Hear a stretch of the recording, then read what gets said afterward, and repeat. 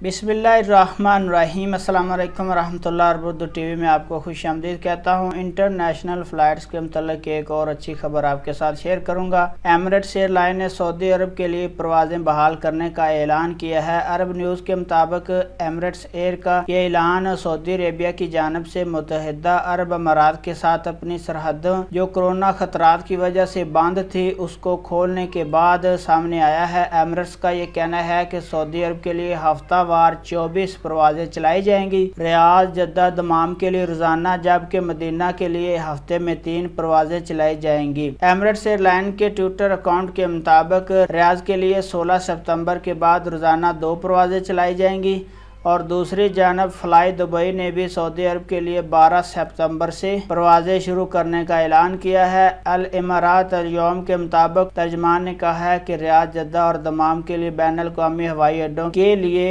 Dubai से fly Dubai की यौमिया परवाजें 12 सितंबर से शुरू कर दी जाएंगी। तो फ्रेंड्स, इंशाल्लाह आने वाले दिनों में मज़ीद अच्छी खबरें आएंगी। अपना बहुत सारा ख्याल रखिएगा। अस्सलाम वालेकुम वरहमतुल्लाह।